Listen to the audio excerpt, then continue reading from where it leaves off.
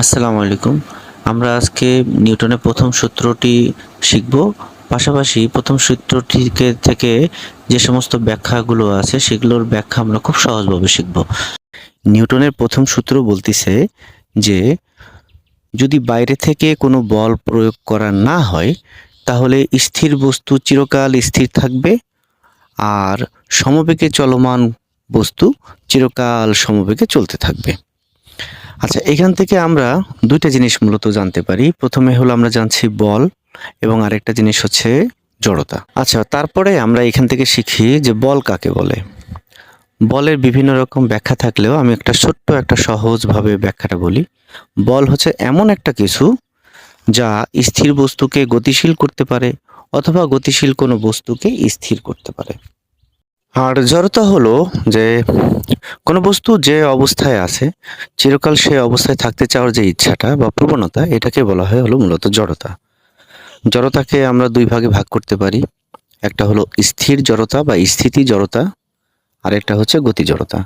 স্থিতি জড়তা বলতে হলো স্থির বস্তু চিরকাল স্থির থাকতে চাওয়ার যে ইচ্ছা, সেটাকে বলা হয় স্থিতি জড়তা।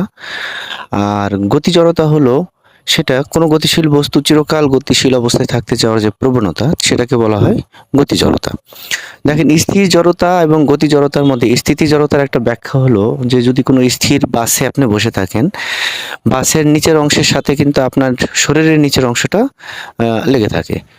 তো হঠাৎ করে যদি কোনো বাস যদি সে গতিশীল হয়, তাহলে বাসের যে উপরে আমার শরীরের যে উপরের অংশ, এই উপর অংশটুকু তো স্থির থাকতে চাইছে, সে আগের অবস্থায় থাকতে চাইছে, এই কারণে সে পিছনের দিকে ঝুঁকে পড়ে।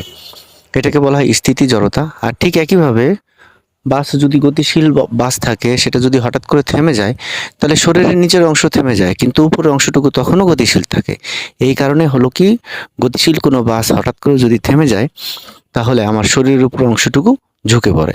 এটা হলো গতি জড়তার একটা উৎকৃষ্ট উদাহরণ। ধন্যবাদ।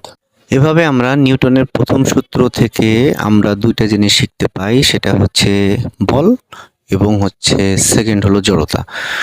তো প্রথম সূত্র কিন্তু আসলে বলের পরিমাণটা জানতে সহায়তা করে নাই, বলের অস্তিত্বটাকে আমরা জানতে পারি নিউটনের প্রথম সূত্র থেকে।